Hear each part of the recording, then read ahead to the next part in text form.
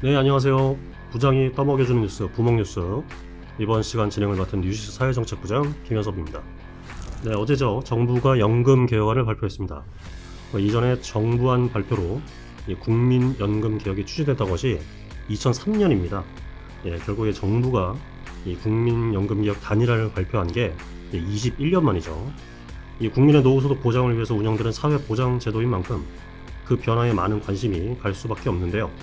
그래서 오늘 부먹뉴스에서는 뉴시스 사회정책부에서 이 보건복지부 출입을 담당하는 정유성 기자가 이 정부가 내놓은 연금 개혁안의 주요 내용을 알려드리겠습니다.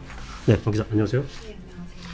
네, 일단 우리 정 기자가 정부가 이번에 발표한 이 연금 개혁안의 주요 내용을 좀 대략적으로 알려주시죠.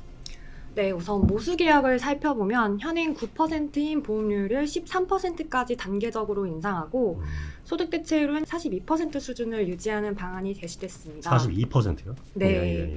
원래 소득 대체율은 2028년까지 40%로 조정될 예정이었는데 더 이상 내리지 않겠다는 겁니다. 그리고 보험료를 인상할 때는 세대별로 인상 속도에 차등을 두기로 했습니다. 13%를 인상한다고 하면 50대는 내년부터 1%포인트, 그리고 40대는 이의 절반인 0.5%포인트, 30대는 0.33%포인트, 20대는 0.25%포인트를 높이는 방안입니다. 즉 젊을수록 보험료율이 천천히 올라간다고 볼 수 있는 건데 이는 국민연금에 대한 청년 세대의 불만을 줄이기 위한 의도를 밝힙니다. 보험료율이 인상되면 납입기간이 많이 남아있는 젊은 세대일수록 보험료 부담은 커지겠죠. 네, 당연히 그렇죠. 네, 근데 여기에 그 소득 대체율도 인하되고 있는 상황이라서 청년 세대들이 윗세대보다 상대적으로 부담은 크고 혜택은 적어진다는 문제의식이 있었습니다. 저도 많이 봤던 기억납니다. 네, 그래서 차등 속도를 이제 달리하겠다는 방안을 내놓은 거고요. 네, 여기에 더해서 정부가 국민연금의 지속 가능성을 높이기 위해서 자동 조정 장치 도입도 논의도 본격화하기로 했습니다. 자동 조정 장치. 네. 그리고 현행 둘째 아이부터 적용되는 출산 크레딧을 첫째 아이부터 가입 기간으로 인정하고 네, 기존 6개월인 군 크레딧 인정 기간도 군 복무 기간을 고려해서 확대하는 방안을 개혁안에 담았습니다. 그리고 노후소득 강화책으로는 기초연금을 인상하고 퇴직연금과 개인연금을 강화하는 방안이 담겼습니다. 네, 그러니까 보험료율 13%, 이제 핵심만 뽑아보면 소득 대체율이 42% 이렇게 말씀하셨잖아요. 그런데 지난 4월이었나요? 공론화위원회 시민대표단에서 이제 가장 많은 선택을 받았던 안이 있었잖아요. 근데 이 안하고 차이가 좀 있네요. 이 소득 대체율 부분에서. 네, 맞습니다. 그 21대 국회 연금특위에서 공론화가 진행이 됐었는데 당시 시민대표단의 56%가 보험료를 13%로 올리고 소득 대체율을 50%로 올리는 50%? 네, 그게 1안이었거든요. 그 1안을 선택했습니다.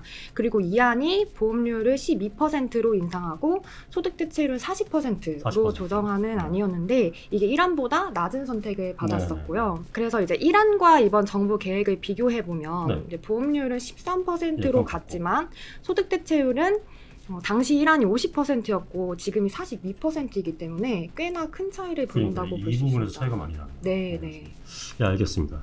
자, 그러면 좀 쉽게 얘기해서 이제 보험료율이라는 게 이제 내는 돈이잖아요. 그냥 우리가 참 쉽게 표현을 해보면 우리가 급여 내역 이런 걸 보면 거의 이게 공제 항목, 그 월급쟁이들 화나게 하는 공제 항목에 그 국민연금이라고 되어 있는.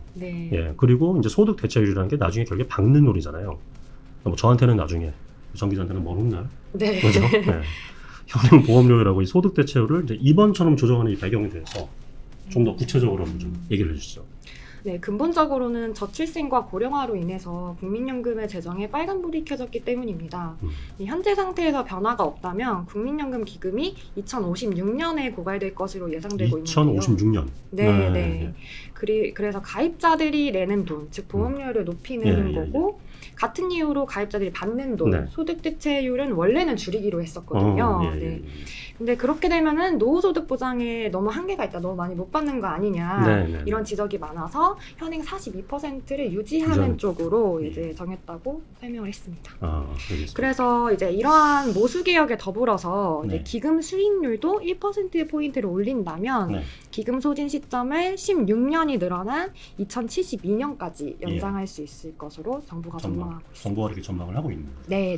근데 아까 또 하나 좀 주목이 되는 게 그 보험료를 인상에 있어서 세대별로 이 차등을 한다고 그랬잖아요. 네. 근데 아까 그 취지도 말씀을 하셨어요. 근데 이제 정부가 말한 그 취지도 이해는 됩니다. 그런데 이게 더 많이 인상되는 세대면서 예를 들어서 50대 네. 그러면 저소득자인 경우도 솔직히 많을 거고 네, 네. 뭐 그리고 중장년층이라고 해서 뭐 가입 기간이 뭐 무작정 다 길 것이다 이렇게 볼 수도 없잖아요. 네. 근데 이런 부분에서는 좀 문제가 없습니다. 네, 실제로 연금 전문가들의 이야기를 들어보면 그런 지적이 나오고 있습니다. 이게 세대 간 형평성을 그거는 이제 챙겼지만 계층 간 형평성을 좀 놓쳤다는 비판인데요. 중요한 표현 같은데 세대 간 형평성은 높였지만 계층 간 형평성은 놓쳤다.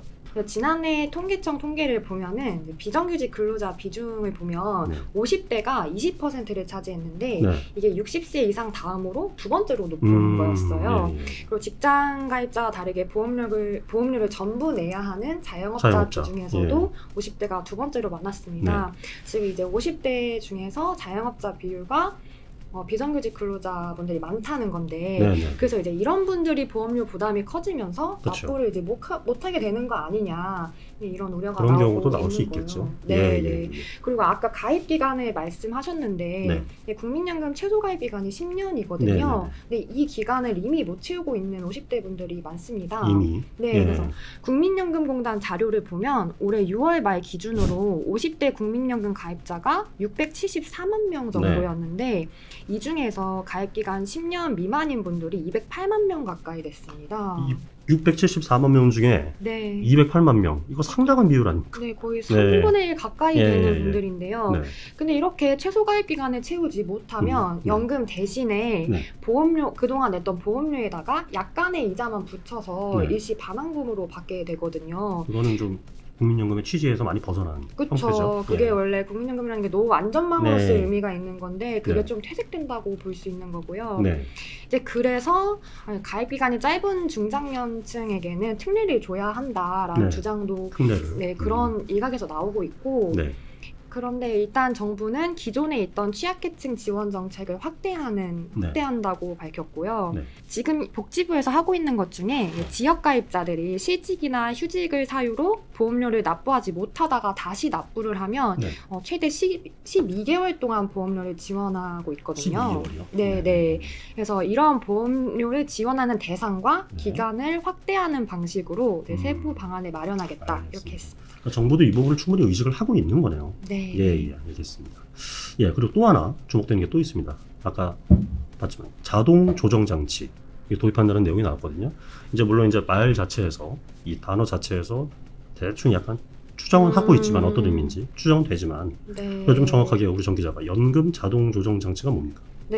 정확히는 도입을 검토한다고 했는데 그 자동 조정 장치라는 게 그 연금액이나 수급 연령을 인구 구조 변화 그리고 경제 상황과 연동해서 조정하겠다 이런 겁니다. 현재 우리나라 국민연금은 소비자 물가 변동률에 따라서 연금액을 매년 조정하고 있는데요. 인구나 경제 상황은 반영하지 않고 있습니다. 그래서 이걸 반영하겠다는 거고 이러한 자동 조정 장치는 경제협력개발기구 OECD 38개국 중에서 24개국이 운영 중인 제도입니다. 많이 운영하고 있네요. 그래서 뭐 핀란드나 스웨덴, 독일 같은 이제 나라들이 대표적으로 꼽히고요. 그런데 그러면 그게 이제 받는 돈이 좀 소위 깎일 수도 있는 거 아닙니까? 그러니까 아무리 24개국이 이미 도입 중인 제도라고 해도 어쨌든 좀 반대하는 사람들 분명히 있을 것 같은데. 일단 복지부는 인상분에 대한 조정만 검토하고 있어서 연금 수급액이 전년보다는 깎이지 않는다 이렇게 설명을 하고 있어요. 예를 들어서 물가 상승률이 3%면 100만 원을 받던 연금 수급자가 다음에 103만 원을 받게 되는데 이제 여기다가 아까 말한 그런 뭐 가입자 감소율이 높아지거나 기대여명 증가율이 높아지면은 그러한 점을 반영해서 3%보다 낮게 뭐 2%나 뭐 1% 정도만 올린다는 건데 그래서 그 전년도보다 적게 받는 그래서 이제 102만 원 또는 101만 원을 받게 되는 거니까 100만 원보다 많지 않느냐 이제 이런 설명인 거죠. 그런데 이제 연금액이 깎이지는 않아도 물가 인상을 다 반영하지 못해서 실질 가치 보전이 부족해진다는 지적이 나오고 있고 실질 가치 보전. 그리고 이제 이 점은 정부도 인정을 하고 있습니다. 인정을 하고 있습니다. 그렇지만 연금의 지속 가능성을 위해서는 이제 불가피한 일이다 이렇게 보고 있습니다. 알겠습니다. 근데 제가 이제 지금 정 기자한테 질문을 한 5-6개 드린 것 같은데 전체적으로 듣고 보니까 이게 좀 반대 목소리도 많을 것 같아요. 전체적으로 듣고 보니까 이제 국회 통과가 돼야 되잖아요. 이게 정부 아니고 이게 쉽지만은 않을 것 같은데 어떻습니까? 네, 그 앞선 21대 국회에서도 사실 논의가 있었는데 네. 그때도 진통이 있었습니다. 예, 당시 여야가 모수계약과 관련해서는 보험료율 13% 인상에는 합의를 했어요. 예.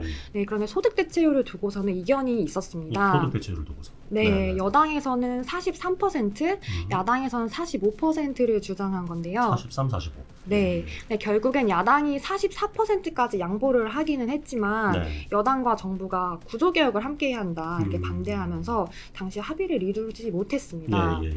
그런데 이번에 정부가 제시한 소득대체율 42%는 이보다 미치지 못하는 거잖아요. 그렇죠. 예, 여당의 주장이었던 43%보다도 후퇴한 것이기 때문에 네. 야당 쪽에서 반발할 거란 관측이 나오고 있고요. 예. 여기에 자동 조정 장치나 예. 세대별 인상 속도 차등한 것 같은 좀 논란이 큰 사안들까지 더해지면서 국회 통과까지는 난항이 예상되고 있습니다.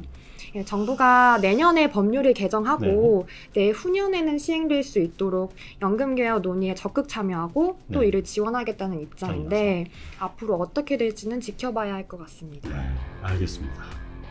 예, 어제 정부가 발표했던 그 연금개혁안 주요 내용 정정 기자와 함께 살펴봤습니다.